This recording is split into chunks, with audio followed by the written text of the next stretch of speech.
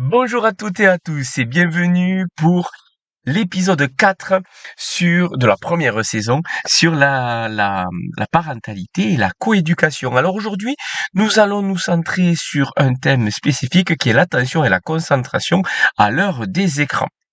Donc, on a des écrans partout, que ça soit le smartphone, la tablette, l'ordinateur, la télévision, et on est vraiment dans un monde hyper connecté.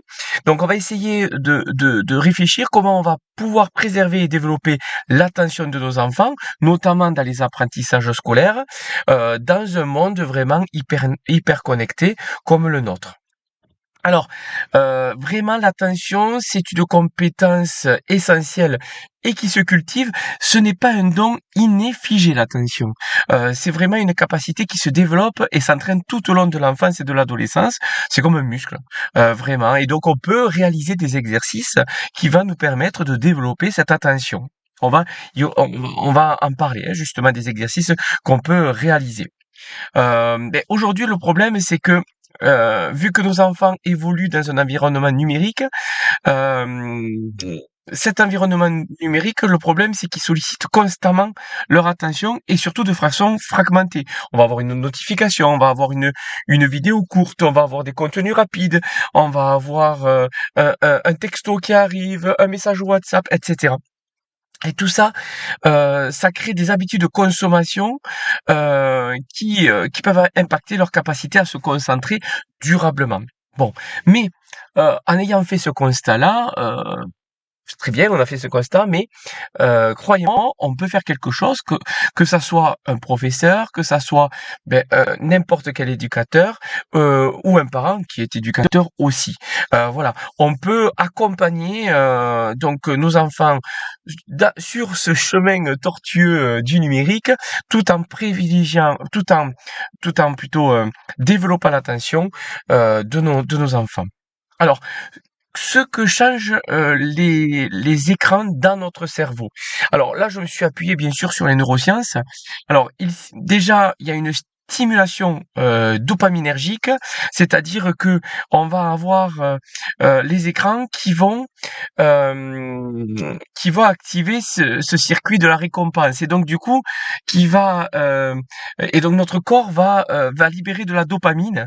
euh, Là-dessus. Et du coup, cette stimulation constante, elle peut créer une recherche permanente de gratification immédiate et du coup, les activités qui sont moins stimulantes, justement comme les devoirs, ben, ça va être beaucoup plus difficile parce qu'il y aura toujours cette recherche à court terme d'une gratification. J'en ai parlé juste avant. Du coup, les écrans vont diviser notre attention parce que du coup, sur les écrans, on est vraiment en mode multitâche. On a le cerveau qui va fonctionner en mode zapping. On va avoir l'application et puis après, je bascule sur notre application. Je vais répondre aux notifications, je vais répondre aux mails, je vais envoyer ce message, etc. Et du coup, cette fragmentation empêche une attention profonde et pourtant qui est nécessaire aux apprentissages complexes. Et autre chose qui qui va nuire un petit peu à notre cerveau, c'est la lumière bleue. Cette lumière bleue est, qui n'est pas uniquement, parce que j'ai déjà entendu ça, qui n'est pas uniquement sur les smartphones, hem ordinateur, et cetera. C'est aussi et ordinateur, oui et tablette, c'est aussi sur la télévision, hein, bien sûr, il y en a partout. Alors cette lumière bleue, elle inhibe la production de mélatonine, qui est l'hormone du sommeil et donc on le sait très bien qu'un sommeil de moins bonne qualité, impacte directement les capacités de concentration et de mémorisation le lendemain. Donc c'est pour ça que il y a certaines choses. Alors il y a la règle des 4 pas. Alors du coup j'y reviendrai peut-être là-dessus. La règle des 4 pas, c'est pas avant, pas avant de, pas avant de dormir. Pardon, je commence en chronologique. Donc c'est pas avant d'aller à l'école, pas en mangeant, pas avant d'aller au lit et pas dans la chambre. Voilà, c'est la règle des 4 pas. Voilà, donc je sais pas si vous connaissiez, mais du coup qui est quand même assez efficace et qui travaille un peu tout ça. Bon, j'y reviendrai. Alors les effets concrets observés chez les enfants, alors là, je me suis basé vraiment de recherche et d'observation en milieu scolaire, qui permet d'identifier plusieurs impacts. Alors déjà, la diminution du temps d'attention soutenu de nos enfants en classe. On voit qu'il y a des difficultés à maintenir l'attention sur une tâche, sur une activité pendant plus de quelques minutes. Alors certes, du coup, on est sur des temps, par exemple en cours des sessions, que ça soit en primaire, en collège ou au lycée, on est sur des sessions entre 45 et 55 minutes, des fois 2 heures quand on est au lycée. Mais du coup, on remarque que déjà au bout de 5-10, voire 15 minutes, mais déjà 5 minutes des fois pour certains élèves, mais déjà c'est très très compliqué d'être attentif. Et ça peut y être lié. Il y a aussi la difficulté à filtrer les distractions. Voilà, vu que le cerveau il est toujours habitué aux stimulations constantes, du coup il suffit qu'il y ait un bruit, il suffit qu'il y ait un oiseau qui vole et que l'enfant le voit par la fenêtre. Il suffit que je sais pas, il ait entendu un bruit différemment, il y a un mouvement, voilà. Et là ça le perturbe et il n'arrive plus à se refixer sur ce que il ou elle est en train de faire. Après, on voit qu'il y a une baisse de la mémoire de travail, donc une capacité à retenir, que ça soit les poésies, les tables de multiplication, mais aussi retenir des informations à court terme.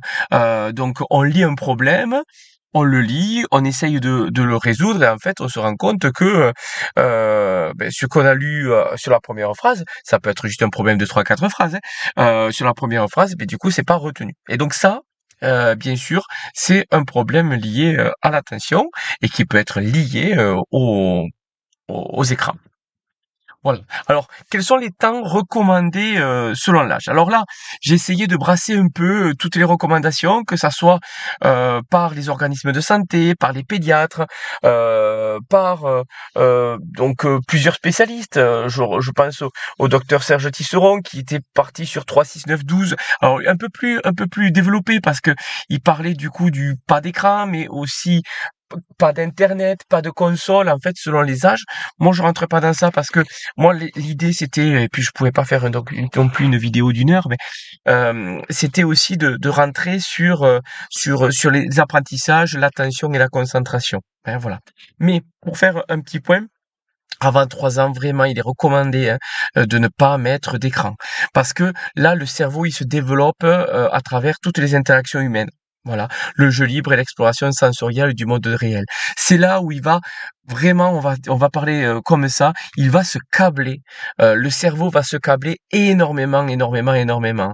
Et donc, du coup, si on prend ne serait-ce qu'un petit peu de temps sur les écrans, ça va nous prendre ben, ça va en prendre moins de temps pour tout ce qui est développement du langage, développement du sensoriel, développement des nombres. Voilà, tout ça en fait, ça va se développer trop peu. Enfin, en tout cas, pas assez vite.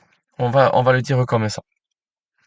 3-6 ans, donc on va recommander plutôt au maximum 30 minutes par jour. Alors, je pense que tout le monde a connu, à l'école maternelle, des sorties, où ils sont allés voir un spectacle ou même, ils sont allés voir, du coup, ils sont allés voir une séance cinéma d'une heure, voilà.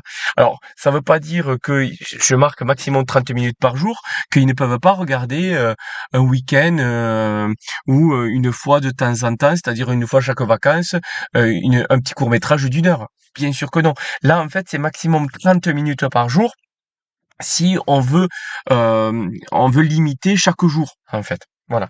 Et du coup, ce maximum de 30 minutes par jour, très important, c'est de toujours accompagné d'un adulte.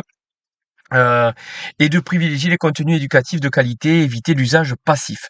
Donc là, l'idée, c'est vraiment, d'avoir aussi le développement du langage.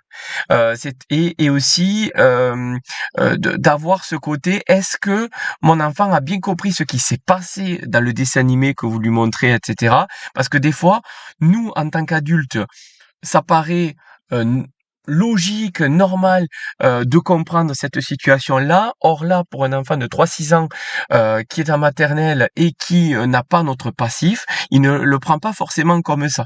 Ne serait-ce que, je sais pas, hein, on est sur les les trois petits cochons, là il voit le loup, mais il comprend pas pourquoi il souffle, etc. Enfin voilà, d'avoir un côté où on va discuter et en plus ça va développer vraiment son langage. Voilà. Donc c'est pour ça qu'il est important, voilà, que ça soit accompagné d'un adulte. 6-12 ans, donc on est en élémentaire là, donc c'est maximum 1 heure par jour. Voilà. Alors c'est là où il faudrait commencer déjà à établir les règles claires sur les moments et les contenus autorisés, pour que, du coup, bien sûr, on soit moins accompagnant, c'est-à-dire on soit pas là, derrière, lui ou derrière elle à regarder en même temps que lui ou elle, bien sûr, mais d'établir vraiment des règles claires. Voilà. Pas d'écran pendant les repas ni avant le coucher, ça c'était ce que je vous avais dit, les 4 pas. Voilà. Et 12-18 ans, donc collège-lycée, maximum 2 heures de loisirs numériques. Moi, je suis parti sur loisirs numériques parce que là, on va rentrer aussi sur internet, hein, je suppose. On va rentrer sur WhatsApp, on va rentrer alors, ils utilisent pas tous WhatsApp, mais ils utilisent aussi d'autres réseaux sociaux. Mais c'est vraiment tout réseau. Voilà, tout ce qui est, voilà, maximum 2 heures de loisirs par jour, hors usage scolaire, bien sûr, parce que si c'est pour aller sur le NT, Pronote, etc. Bien sûr que là c'est pas pareil. Voilà, ou faire une recherche d'un exposé ou quoi que ce soit. Voilà, et surtout un dialogue et une responsabilisation progressive avec construction des règles familiales. Ça, j'y reviendrai juste après. Voilà. Donc je l'ai rajouté parce que j'en ai parlé, très rapidement pour la maternelle que, s'il y a une sortie, où ils doivent aller voir un film, bon, bien sûr là, ça c'est les durées que j'ai mis, ne l'incluent pas, mais aussi toutes les durées, hem, je sais pas, ils sont en train de visualiser au collège, C'est pas sorcier avec leurs professeurs d'SVT ou de physique-chimie ou même de mathématiques ou peu importe. Hem, bien sûr que ça ne se décompte pas, je pense que c'est très logique. Alors, quelles sont les activités qui renforcent naturellement la concentration? Alors il y en a plusieurs, hein. Il y en a plusieurs, j'ai essayé de lister, ce qui marche le mieux et ce qui est assez facile à faire. En fait, parce que du coup après on peut en trouver plein, hein, plein de choses, mais des choses vraiment clés en main. Alors donc il y a tout ce qui est les activités physiques et créatives, alors qui ne sont pas forcément dans des clubs, hein, parce que j'entends certains, qui me disent aussi, «Oui mais bon, moi je peux pas parce que, je n'ai pas de club dans ma commune, je n'ai pas de club dans mon village, ou c'est un peu trop cher» et cetera. Non, on peut très bien faire des choses sans vraiment, avoir de club, où on va payer, quelque chose. Bien sûr, hein, j'ai essayé vraiment, de faire quelque chose dans un panel très large, hein, vraiment. Donc, que ça soit gratuit ou payant. Donc voilà, les sports et jeux extérieurs, donc l'activité physique, vraiment, ça oxygène le cerveau et ça améliore les capacités attentionnelles, quand justement ça va être mobilisé. Et en plus de ça, le sport, il y a aussi, quand on va faire de la compétition ou même quand on va se concentrer sur des passes, par exemple, au foot ou des choses comme ça, on est sur de l'attention. Et là, ça peut être très bien en famille, vous jouez, au tennis, vous jouez au foot, vous prenez le ballon et cetera, ça suffit amplement. L'art plastique, donc tout ce qui est dessin, peinture, modelage, ça développe la concentration et la patience. Et donc ça, c'est quand même un bon point. La musique, ça, apprendre un instrument, ça renforce remarquablement l'attention. Bon, voilà, ça, c'est pas toujours, on n'est pas, comment dire, on n'est pas tous égaux là-dessus. Donc il y en a certains, ils vont pouvoir prendre des cours de musique et d'autres non. Mais en tout cas, ceux qui peuvent, du coup, c'est un point. C'est pas le fondamental, mais ça peut être un élément aussi qui améliore la concentration. Et puis après, il y a tout ce qui est jeu de construction, donc Lego, puzzle, les bricolages, tout ça, ça sollicite la concentration et la planification dans le raisonnement des choses. Et après, on peut très bien faire, c'est pour ça que je les ai séparés en deux, des pratiques mentales quotidiennes. la lecture, le 20 minutes par jour minimum, c'est super.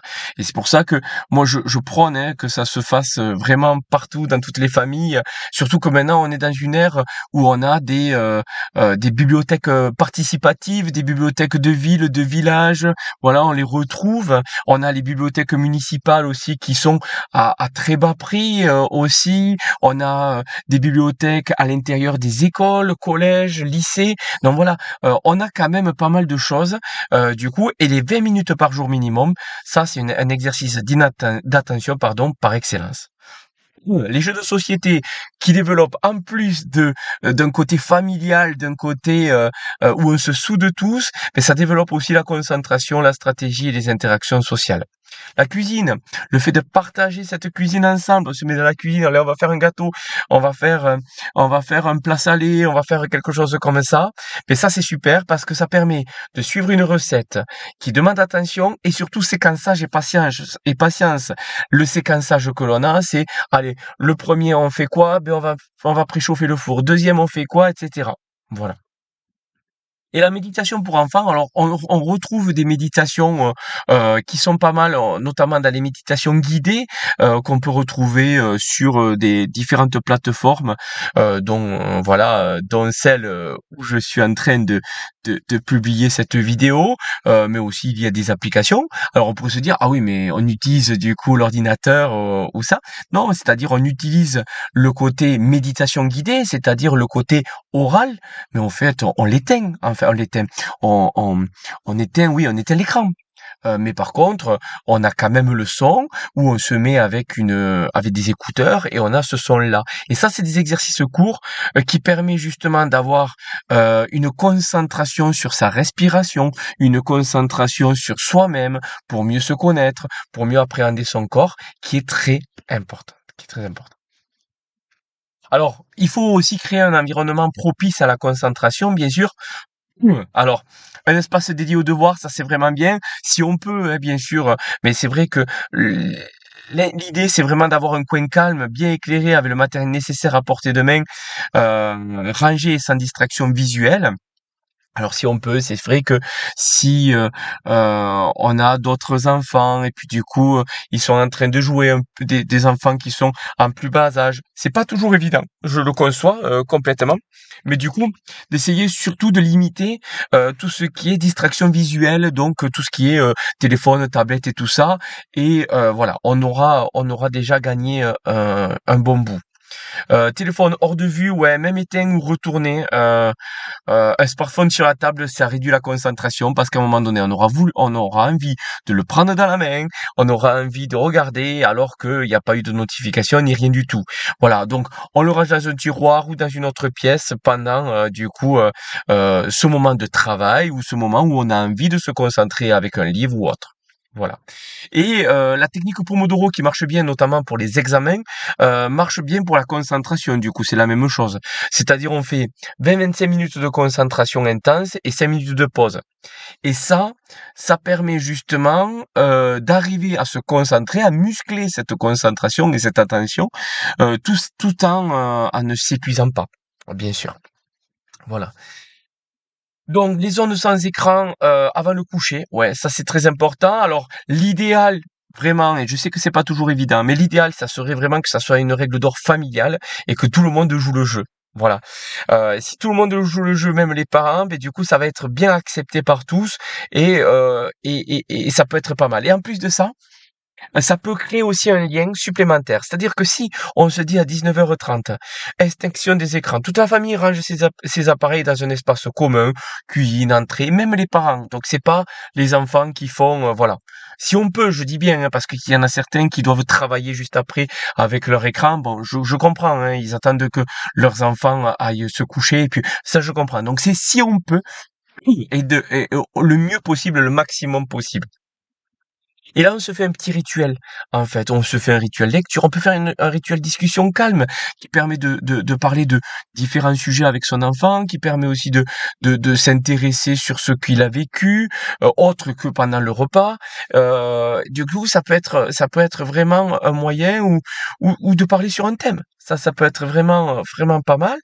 Et du coup, ça va créer en fait une préparation douce au sommeil.